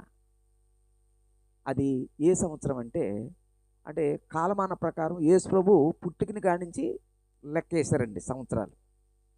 మన క్యాలెండర్ కూడా యేసు ప్రభు పుట్టిన కానించి క్యాలెండర్ అండి. లెక్కేసుకుంటే యేసు ప్రభు 33.5 సంవత్సరాలు భూమి మీద ఉన్నారు. ఆయన చనిపోయిన తర్వాత ఆయన తిరిగి లేచి 40 దినాలు ఉండి ఆ తర్వాత ఆయన ఆరోహణం అయ్యారు. ఆరోహణం అయిన తర్వాత సంఘం స్థాపించబడింది. అంటే దాదాపు 33.5 సంవత్సరాలు. క్రీస్తు 33వ సంవత్సరంలో లేదా 33 నుంచి 34 మధ్యలో సంఘం స్థాపించబడిందండి. ఎంతమంది చేర్చబడ్డారండి అక్కడ? 3000 మంది చేర్చబడ్డారండి. అలాగా సమస్త మానవాళికి సముచిత స్థానమైన సంఘము విషయమై దేవుని ఏర్పాటు అలా జరిగిందండి. ఏర్పాటు ఎలా జరిగింది? ఆయన నిర్ణయిస్తే జరిగింది. ఎలా ఏర్పడింది? ప్రవచింపజేసి చేయబట్టి ఏర్పడింది. ఎలా ఏర్పడింది? యేసు ప్రభు వాగ్దానం చేసి ఏర్పడింది. ఎలా ఏర్పడింది? అదిగో నెరవేర్చబడి ఏర్పడింది. ఇక అయిపోయిందండి. దాని గురించి నెరవేర్చేశాడా? ఇంకా నెరవేర్చవలసింది ఉందండి. ఆల్రెడీ నెరవేర్చేసాడండి. ఇప్పుడు మన బాధ్యత ఏంటండి? మనం చేయవలసింది ఏంటండి? తండ్రి, నేను ఆత్మీయంగా బ్రతకటానికి నా ఆత్మకి వాతావరణాన్ని కలగజేసే సముచితమైన స్థానం సంఘం. ఆ సంఘాన్ని నువ్వు నిర్ణయించావు. ఆ సంఘాన్ని ప్రవచింపజేశావు. ఆ సంఘాన్ని యేసు ప్రభు చేత వాగ్దానం చేశావు. ఇవి ఆ సంఘం ఆ సంఘం స్థాపించబడింది. ఇప్పుడు నేను ఆ సంఘంలో ఉండాలి. మనం ఆత్మీయంగా బ్రతకటానికి సముచిత స్థానం సంఘం. సంఘంలో లేకుండా మనం ఆత్మీయంగా బ్రతకలేము, ఆత్మీయంగా పెరగలేము. మనందరికీ తెలుసు. చాలామంది పాడతారు, యేసు ప్రభు రాజుగా వస్తాడు అనే పాట పాడతారు, యేసు ప్రభు రెండోసారి వస్తాడని పాట పాడతారు. ఆ పాటల యొక్క ఉద్దేశం ఏంటండి? దేనికోసం వస్తాడండి? లోకం కోసం వస్తాడా? ఆ సంఘం కోసం వస్తాడా? అమ్మా, మరి ఆ సంఘంలో ఉండి నేను యేసు ప్రభుతో పాటు ఎత్తబడతాను. అప్పుడు యేసు ప్రభు సంఘంలో ఉన్నప్పుడు ఆయన నా కొరకు వచ్చి నన్ను నేను ఆయనతో పాటు తీసుకెళ్తాడు. మరి నేనున్న సంఘం దేవుడు నిర్ణయించిందేనా? నేనున్న సంఘం ప్రవక్తలు ప్రవచించిందేనా? నేనున్న సంఘాన్ని యేసు ప్రభు వాగ్దానం చేసిందేనా? నేనున్న సంఘం పెంతెకోస్తు పండుగ దినాన్న క్రీస్తు 33వ సంవత్సరంలో యెరూషలేములో స్థాపించబడిందేనా? అది మనం అది తెలుసుకోవాలండి.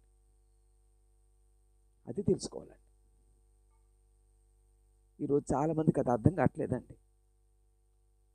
వీళ్ళు ఎప్పుడు ఏం చెప్పినా సంఘాల గురించే చెప్తారు, సంఘాన్ని గురించే మాట్లాడతారు అని ఒక్క మాటతో ఆ చెప్పిందంతా దులిపేసుకొని హృదయంలోంచి తీసేసుకొని వెళ్ళిపోతున్నారు తప్ప అసలు ఎందుకు చెప్తున్నారు, అసలు ఏంటి అని ఒక్కరు ఆలోచించలేదండి. ఒకవేళ ఈ లోకంలో చాలా సంఘాలు ఉన్నాయి. ఏ సంఘమైనా సరే యెరూషలేములో స్థాపించబడి క్రీస్తు 33వ సంవత్సరంలో యెరూషలేములో 3000 మందితో స్థాపించబడింది అంటే అది యేసు ప్రభు వాగ్దానం చేసిన సంఘం. అది దేవుడు నిర్ణయించిన సంఘం, ప్రవక్తలు ప్రవచించిన సంఘం. అదండి సంఘం విషయంలో, మన సముచిత స్థానమైన సంఘం విషయంలో దేవుని ఏర్పాటు తెలిసిన తర్వాత మనం అందరం గ్రహించవలసింది ఏంటంటే, నేను దేవుడు నిర్ణయించిన సంఘంలో ఉన్నానా లేదా? ఆ సంఘాన్ని గురించి బైబిల్లో దేవుడు చెప్పాడండి. ఆ సంఘాన్ని గురించి దేవుడు బయలుపరిచాడండి. అంతేనండి. ఒకవేళ ఇక్కడున్న వాళ్ళు ఎవరైనా సరే, అయ్యా మరి సంఘం దేవుని యొక్క సముచిత స్థానం అంటున్నాం, మరి ఏ సంఘం అని అనుకుంటున్నారేమో. దేవుని చిత్తం అయితే రేపు ఒక సహోదరులు వస్తారండి. హైదరాబాద్లో దేవుని సేవ చేస్తున్న దైవ సేవకులు వినోదరావు గారు వస్తారండి. ఎవరు మిస్ అవ్వద్దండి. అద్భుతమైన విషయాలు చెప్తారండి. ఈ 3 రోజులు విన్నది వేరు, రేపు వినబోతుంది వేరండి. కనుక ప్రతి ఒక్కరు రండి. ఆ అనాది సంకల్పంలో సముచిత స్థానమైన సంఘాన్ని గురించి ప్రతి ఒక్కరూ తెలుసుకోండి. అది దేవుడు మిమ్మల్ని ప్రేమించి మీ హృదయాన్ని, మీ కుటుంబాల్ని, మీ గ్రామాన్ని తట్టుతూ మిమ్మల్ని ఆలోచింప చేయటానికి దేవుడు మీ వద్దకు వస్తున్నాడండి. ఆ సువార్తను పంపిస్తున్నాడండి. ఒకవేళ ఆయన తలుపు తడుతున్నప్పుడు ఒకవేళ మనం మూసేసుకుంటే మాత్రమా అది మోసం అండి. నా చిన్నప్పుడు ఒక పాట ఉండేదండి. హృదయమనెడు తలుపు నొద్ద యేసునాదుండు, హృదయమనెడు తలుపు నొద్ద యేసునాదుండు, నిలచి సదయుడగుచు తట్టుచుండు సకల విధములను, నిలచి సదయుడగుచు తట్టుచుండు సకల విధములను, ఎంతసేపు నిలువబెట్టి ఏడ్పింతురతని, ఎంతసేపు నిలువబెట్టి ఏడ్పింతురతని, నాతాడెంతో దయతో పిలచుచున్నాడెప్పుడు మిమ్ములను, నాతాడెంతో దయతో పిలచుచున్నాడెప్పుడు మిమ్ములను, హృదయమనెడు తలుపు నొద్ద యేసునాదుండు. కనుక మన హృదయాల్ని తడుతున్నాడు, మనల్ని పిలుస్తున్నాడు, ఆయన సంకల్పంలోకి ఆయన ఆహ్వానిస్తున్నాడు. ఆ సంకల్పాన్ని మన యొద్దకు తెస్తున్నాడు. ఆయన సంకల్పాన్ని తెలుసుకుందాం. ఆయన సంకల్పంలో మనం ఆత్మీయంగా పెరగటానికి సముచిత స్థానమైన సంఘాన్ని గురించి మనం ఈ 3 రోజులు అలాగే రేపటి దినం నేర్చుకుంటున్నాం, తెలుసుకుంటున్నాం. ఎవరు దయచేసి ఆ సంకల్పాన్ని మీ హృదయంలోనికి ఆహ్వానించండి, అది గ్రహించండి, ఆలోచించండి. మీరందరికీ అర్థమైందని నేను అనుకుంటున్నాను. ఈరోజు మనం ఆలోచించింది ఒకటే, సంఘం విషయమై మనం మానవాళికి, సమస్త మానవాళికి సముచిత స్థానమైన సంఘం విషయమే దేవుని ఏర్పాటులో 3 సంగతులు. ఆయన నిర్ణయించినది ప్రవక్తల చేత ప్రవచింపజేశాడని, ఆయన నిర్ణయించింది ప్రభుని యేసుక్రీస్తు ద్వారా వాగ్దానం చేశారు. ఆయన నిర్ణయించింది ప్రవక్తలు ప్రవచించింది, యేసు ప్రభు వాగ్దానం చేసింది అక్షరాల నెరవేరింది. అప్పుడు పౌలు అంటాడండి, వేయబడింది తప్ప మరి ఒక పునాది ఎవడు వేయనేరడు. ఆల్రెడీ పునాది వేసారు యేసు ప్రభు, సంఘం అని పునాది వేసేసారు. ఇక మరొక పునాది మనం వేయక్కర్లేదు, మరొక దాన్ని మనం కట్టక్కర్లేదు. యేసు ప్రభు కట్టేశారు. మనం సముచిత స్థానం, మనం ఆత్మీయంగా బ్రతకడానికి సముచిత స్థానమైన సంఘాన్ని దేవుడు కట్టేశాడు. కట్టేసిన తర్వాత మనం ఇంకోటి కట్టక్కర్లేదండి. ఆయన కట్టింది ఉందండి, అది చాలండి మనకి, అది చాలండి. కాబట్టి ప్రతి ఒక్కరూ గమనిద్దామండి, ప్రతి ఒక్కరూ ఆలోచిద్దామండి, ప్రతి ఒక్కరూ నిర్ణయం తీసుకుందాం. ఈ మాటలు మీకు ఉపయోగపడతాయని అనుకుంటున్నానండి. అందరికీ వందనాలండి. ఈ అవకాశం ఇచ్చిన సహోదరులు మోహన్ డానియల్ గారికి, అలాగే పెద్దమక్కిలో ఉన్న స్థానిక సంఘానికి, ఈ మీటింగ్ ప్లేస్లో ఉన్న ప్రతి ఒక్కరికి, అలాగే ముఖ్యంగా ఈ గ్రామ ప్రజలందరికీ, అంటే నేను చాలా సంవత్సరాల నుంచి వస్తూనే ఉన్నాను, గ్రామం చాలా సహకరిస్తుందండి. మంచి మంచి ఇరుగు పొరుగు ఉన్నారు. కనుక ఈ గ్రామస్తులందరికీ కూడా ప్రభువైన యేసుక్రీస్తు పేరట నా వందనాలు తెలియజేస్తూ ముగిస్తున్నానండి. అందరికీ వందనాలు.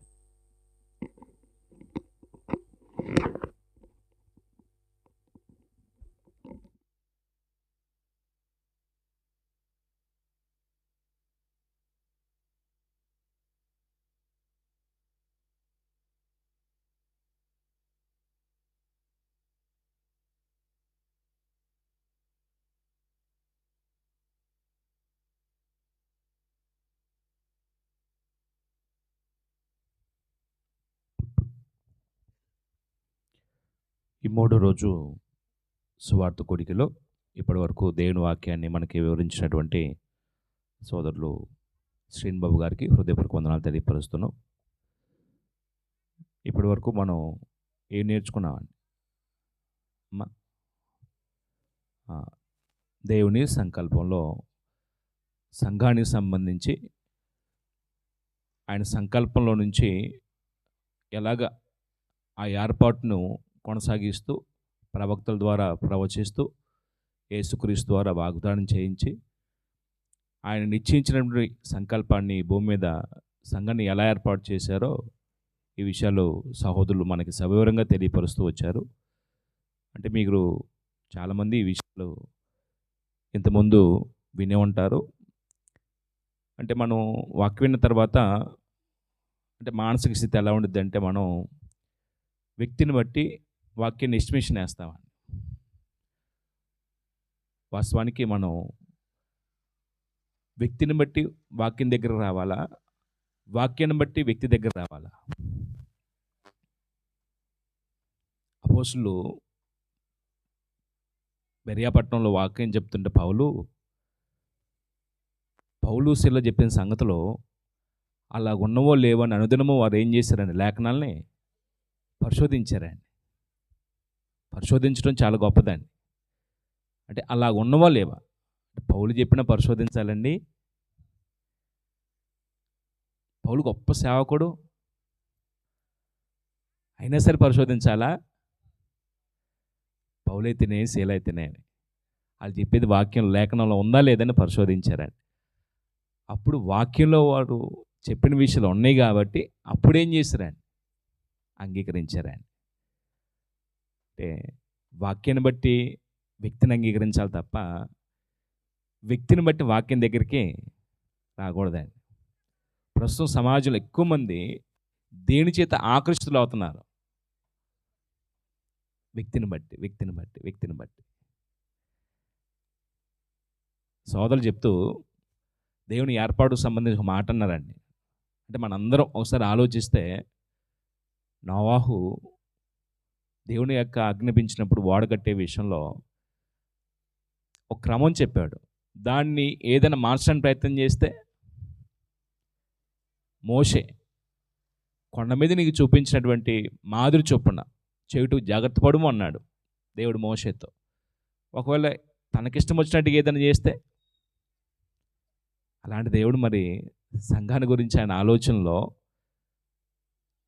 ప్రవచించినప్పుడు ఆ సంఘం ఎవరు కట్టాలో, ఎప్పుడు ఏర్పాటు చేయాలో, ఎలాగ ఏర్పాటు చేయాలో ఈ విషయాలు తెలియపరిచిన తర్వాత దానికి వేరుగా ఇంకొకటి మనం ఆలోచన చేయటం అది వాక్యానుసారమా?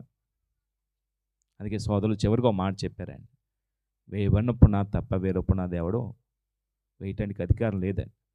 ఒకవేళ నేను బాప్తిసం పొందాను, దేవుని సేవ చేయాలనుకున్నాను, ప్రభువా నేను ఏ సంఘం కట్టాలయ్యా అని నేను ప్రార్థన చేసి నాకు ఏదో తలంపు వస్తే ఇంక అదే సంఘాన్ని పేరు అనుకోవాలా?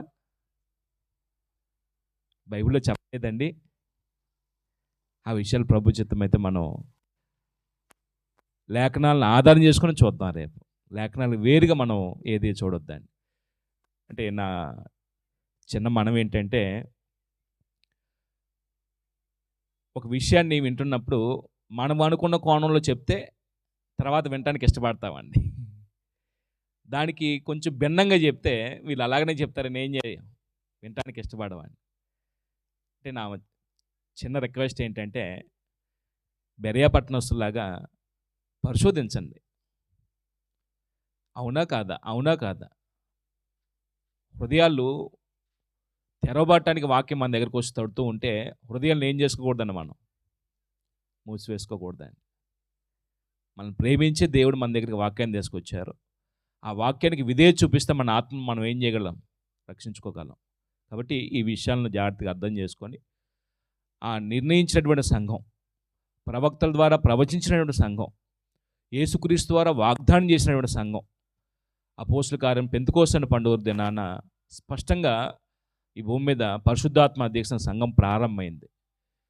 ఒకవేళ దాన్ని మనం ఎలా కనుగొనగలం, అక్కడ ఎలాగ మనం ఆత్మీయంగా బ్రతకగలం, అది ఏంటి అనేది ప్రభుత్వం అయితే రేపు హైదరాబాద్ నుంచి వచ్చే సహోదరు వినోదురావు గారు మనకి వాక్యాన్ని వివరిస్తారు. అంటే ఈ 3 రోజులు నేను వాస్తవానికి ఇంతమంది వస్తారని కూడా అనుకోలేదండి. అయినప్పటికీ కేవలం వాక్యాన్ని వినాలని, చెప్పే విషయాలు కొంచెం శ్రద్ధతో నేర్చుకోవాలని ఆసక్తి వస్తున్నందుకు ఈ 3 రోజుల కూడికలు ఇలాగ క్రమంగా జరగడానికి సహకరించినటువంటి గ్రామస్తులు, మా ప్రియులు, రక్త సంబంధులందరికీ మనపూర్వక వందనాలు తెలియపరుస్తూ, రేపు ఒక్కరోజు చివరి రోజు కూడిక మనం అందరం ఈ సంవత్సరం అంటే గత సంవత్సరం పెట్టలేదు, అంత ముందు సంవత్సరం దేవుని రాజ్యం అనే అంశం చెప్పుకున్నామండి. 4 రోజుల పాటు చెప్పుకున్నాం ఇంచుమించుగా. అంటే మనం వినిన విషయాల్ని రూఢీపరుచుకొని దాని యందు మన విశ్వాసం స్థిరపరచుకుంటే మనల్ని మనం ఆత్మ సంబంధంగా రక్షణకరమైన స్థితిలో నిలబెట్టుకున్న వారం అవుతాం. అలా కాకపోతే ఒకవేళ విన్నా మనకి అవి ఉపయోగం ఉండవేమో అండి. కాబట్టి సోదరులు శ్రీనిబాబు గారు ప్రార్థన చేసి ఈ కార్యక్రమం ముగిస్తారు. అందరు నిలబడగలిగినట్లయితే చివరి ప్రార్థనతో ఈ కార్యక్రమాన్ని ముగించుకుందాం. రేపు ఒక్కరోజు చివరి కూడికలో మరొక సందేశాన్ని వినడానికి మనం సిద్ధపడదాం. ప్రార్థన చేసుకుందామండి.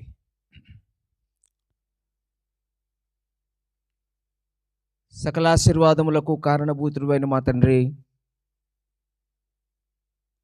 మహోన్నతుడా, పరిశుద్ధుడా,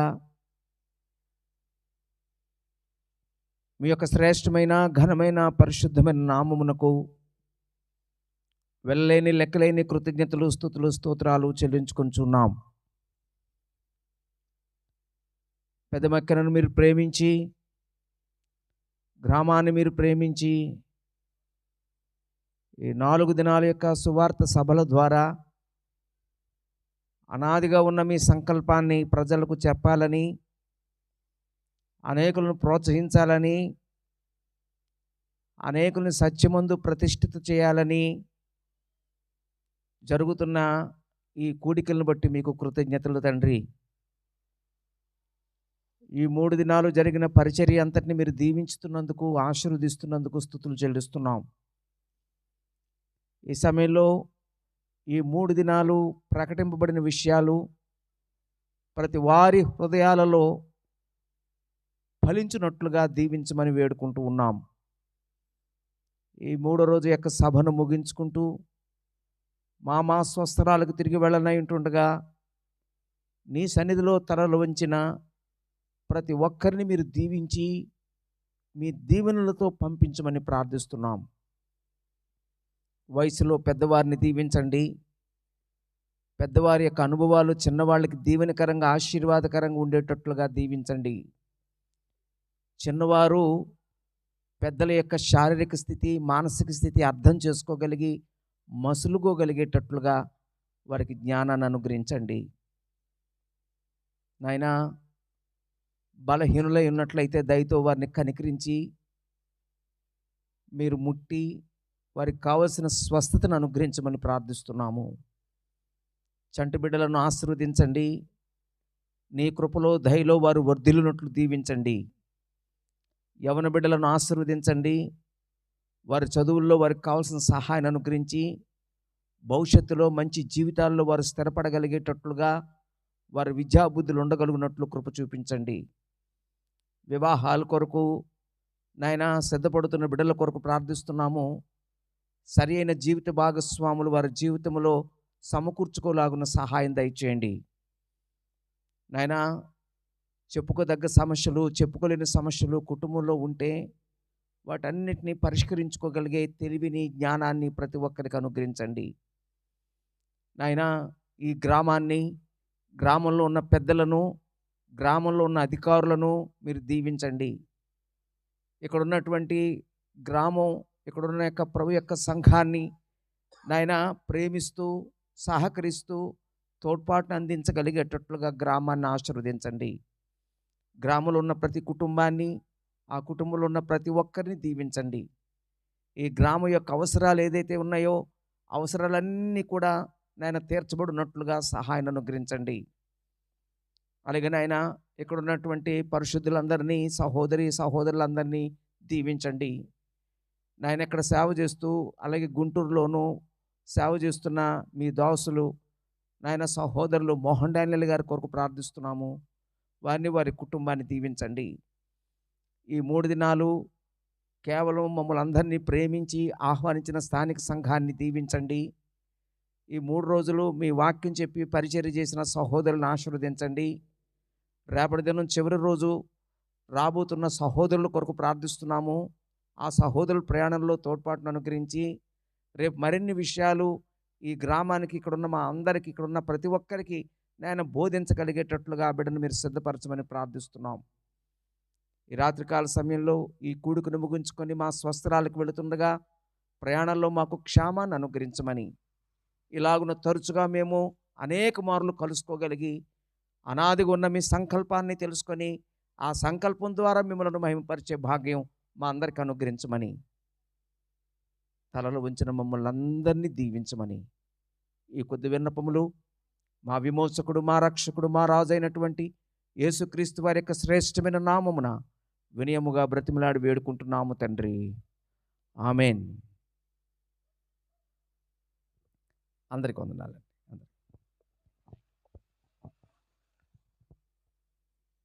ఈ కూడికి విచ్చేసినటువంటి క్రీస్తునందు పరిశుద్ధులైన సహోదరులకు, సోదరిమణులకు, అలాగనే ప్రియులైన గ్రామస్తులందరికీ కూడాను వందనాలు తెలియపరుస్తూ, ఆయా ప్రాంతాల నుంచి వచ్చినటువంటి సోదరులకి, సోదరిమణులందరికీ వందనాలు తెలియపరుస్తూ సెలవు తీసుకుందామండి.